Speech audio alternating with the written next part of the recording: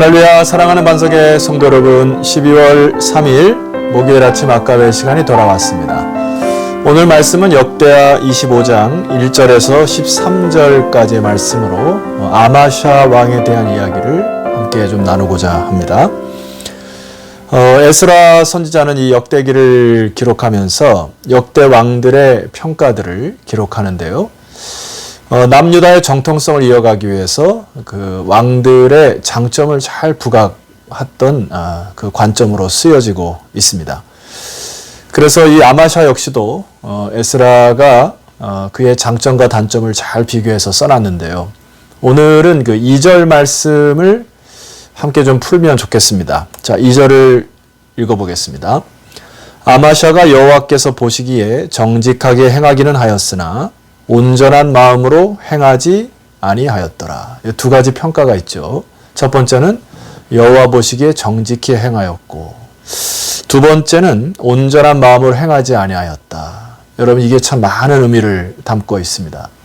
먼저 이 여호와 보시기에 정직히 행했다는 말이 무엇일까? 이거를 한번 찾아보면 좋겠어요. 아마샤가 한 29년을 통치하면서 아마 그의 아버지 요아스의 뒤를 이어서 왕자로서 또 삶을 살아가면서 그의 왕정 초기에 아버지의 뒤를 이어 좀 잘 마음을 가다듬고 시작했던 것 같습니다. 그래서 3절 말씀 보세요. 그의 나라가 굳게 섬에, 왕정 초기죠. 그의 부왕을 죽인 신하들을 죽였으나, 이건 뭐 많은 역사에 의하면 이런 일들이 많이 일어나게 되죠. 근데 4절 보면 아주 독특한 결단과 선택을 합니다. 4절 말씀 볼게요. 그들의 자녀들은 죽이지 아니하였으니 이는 모세의 율법책에 기록된 대로 함이니라. 곧 여호와께서 명령하여 이르시기를 자녀로 말미암아 아버지를 죽이지 말 것이요 아버지로 말미암아 자녀를 죽이지 말 것이라. 오직 각 사람은 자기의 죄로 말미암아 죽을 것이니라 하셨더라. 자, 여러분, 이 4절에 기록된 모세의 율법책은 바로 신명기 책을 의미합니다. 참 오래전에 기록되었던 이스라엘 백성들이 가나안 땅에 들어가기 전에 모세에게 주었던 그 율법책 신명기에 기록된 것을 정확히 기억하여 그 말씀대로 준행하는 이 아마샤 왕의 왕정 초기의 모습을 나타냅니다. 자, 신명기 24장 16절에 그 법이 정확히 기록되어 있습니다. 제가 한번 읽어드리겠습니다. 아버지는 그 자식들로 말미암아 죽임을 당하지 않을 것이요 자식들은 그 아버지로 말미암아 죽임을 당하지 않을 것이니 각 사람은 자기 죄로 말미암아 죽임을 당할 것이니라. 여러분, 지금 이 북이스라엘은 피해 보복이 계속해서 쿠데타에 의해서 나라가 엉망이 되는 상황입니다. 그런데 이것을 본 아마샤는 결단을 하죠. 하나님의 율법 안에 있는 그 하나님의 그 생명과 같은 하나님의 나라를 이어가려고 하는 그 원리 원칙을 잘 묵상했습니다. 그래서 죄악의 고리를 차단하고 하나님께서 다른 사람에 대한 배려와 도우심으로 이 왕가가 세워지는 이 원리들을 지켜냅니다.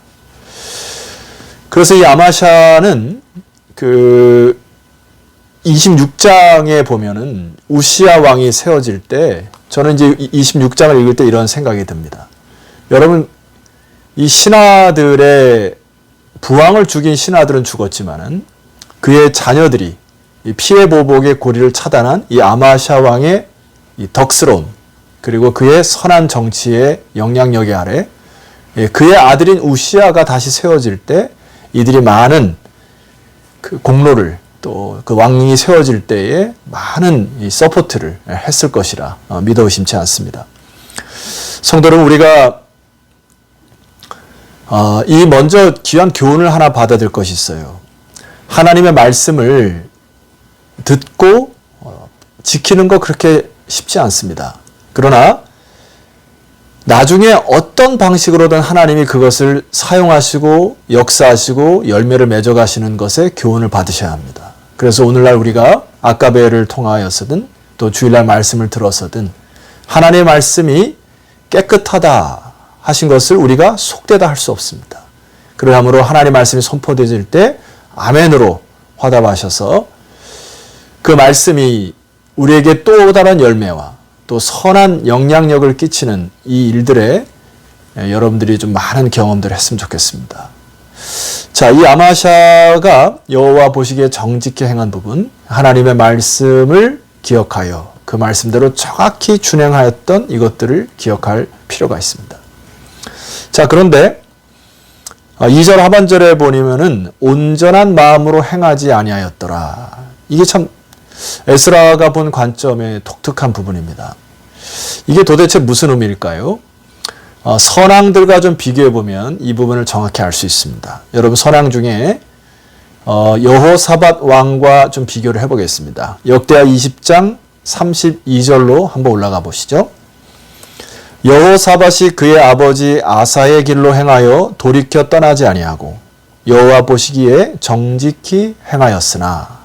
자, 똑같은 패턴이죠.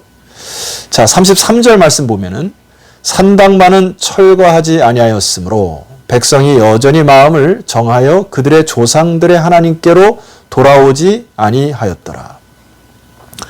사실 앞에서 말씀드렸습니다마는 여호사밧은 힘껏 하나님의 뜻을 받들어 열정을 다하여 개혁을 했던 선왕이었습니다.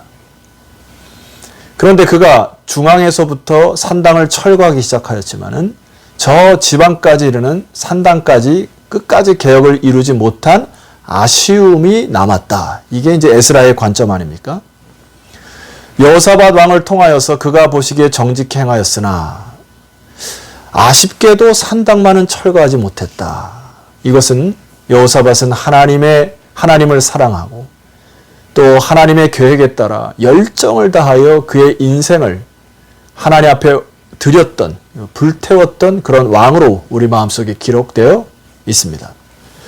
그런데 이 아마샤 왕을 보면 하나님과의 깊은 관계에서 나오는 어떤 그런 결단이 아닌 것을 볼 수 있습니다.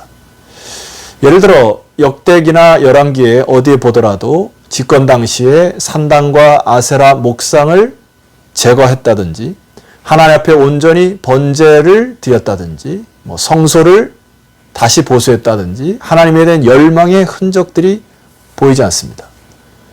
자, 여러분 5절 이하에 보면 오늘 말씀에 이 전쟁이 하나 일어나는데요. 그것이 바로 에돔과의 전쟁입니다.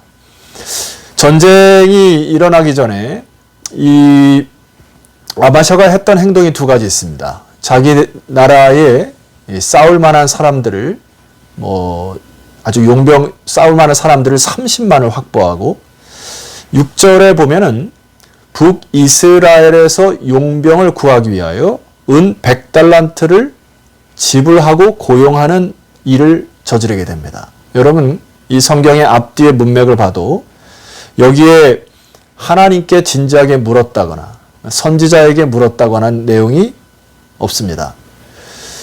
전쟁을 하기 위하여 단순히 자기 생각에 상식적으로 권력자의 한 사람으로 30만이 있으니 한 10만만 더 하게 되면 당연히 에돔을 정벌할 수 있을 것이라고 하는 자기의 계획과 또 자기의 생각대로 너무 심플하게 밀어붙이는 것을 볼 수 있습니다. 자, 그런데 7절 이하에 보면은 여러분 선왕들, 앞에 있는 왕들 보면 하나님이 정확하게 선지자들의 이름을 불러서 그에게 가르치시죠. 그런데 7절에 보면 선지자 이름도 기록되어 있지 않습니다. 자, 7절 말씀 보세요.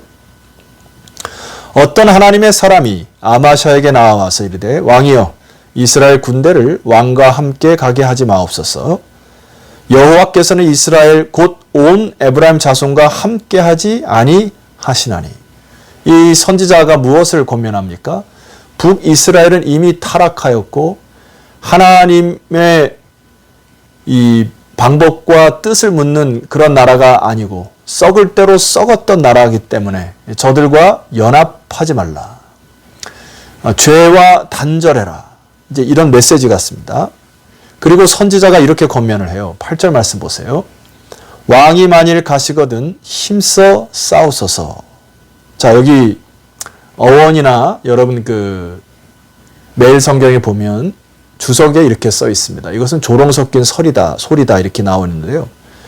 하나님께 묻지도 않고 하나님께 쌓임받치던 이 전쟁을 당신의 입장에서 이제는 멈출 수가 없다는 것을 판단으로 나갈 수밖에 없다는 상황이 되었거든. 이런 뜻이죠. 8절 하반절 보세요. 하나님이 왕을 적군 앞에 엎드러지게 하시리이다. 하나님은 능히 돕기도 하시고 능히 패하기도 하시나이다. 비록 이 전쟁이 하나님부터 기인되지 않았지만 하나님은 승리를 주실 것이다. 그래서 그냥 나가서 싸우소서 이렇게 얘기를 합니다. 11절 말씀 보세요. 아마샤가 담력을 내어 그의 백성을 거느리고 소금 골짜기에 이르러 세일 자손 10,000명을 죽이고 12절 유다 자손이 또 10,000명을 사로잡아 가지고 와서 바위 꼭대기에 올라가서 거기서 밀쳐 내려뜨려서 그들의 온몸이 부서지게 하였더라.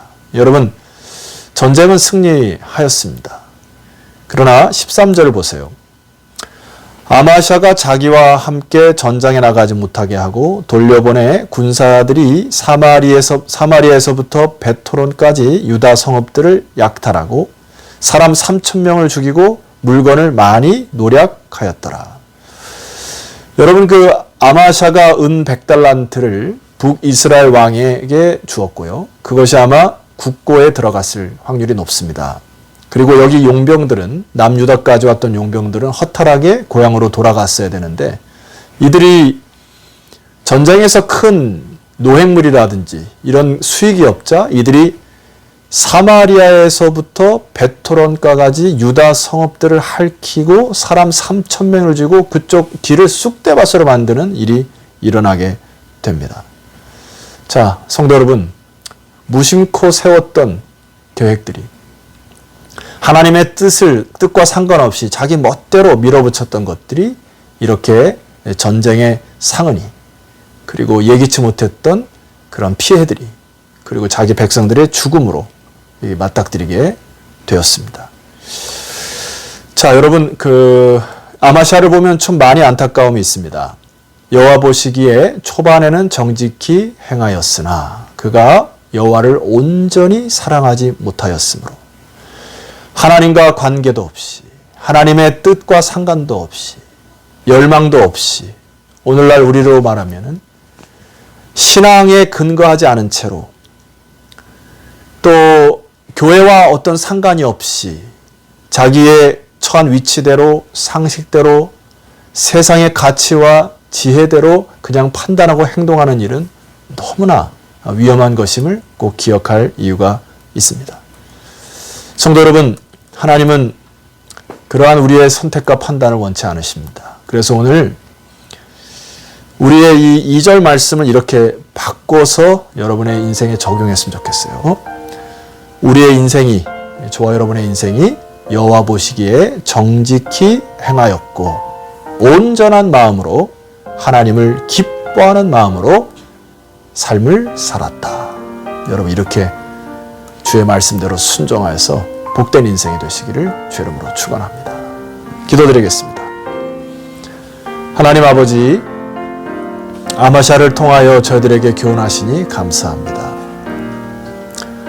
다시 우리가 신앙의 첫사랑을 회복할 수 있도록 도와주시옵소서. 그리고 처음 마음먹었던 것들을 끝까지 주님을 사랑하는 마음으로 또 온전한 마음으로 그 일들을 이뤄내게 하실 뿐만 아니라 우리의 인생이 끝날 때까지 믿음의 길을 포기하지 아니하고 또 하나님께서 맡기신 사명의 길을 포기하지 아니하고 달려가는 믿음의 백성들 다 되게 하옵소서. 예수 그리스도 이름으로 기도드렸사옵나이다. 아멘. 자, 성도 여러분, 내일은 25장 후반부에 좀 안타까운 아마샤의 마지막 이야기를 함께 나누도록 하겠습니다. 내일 뵙겠습니다.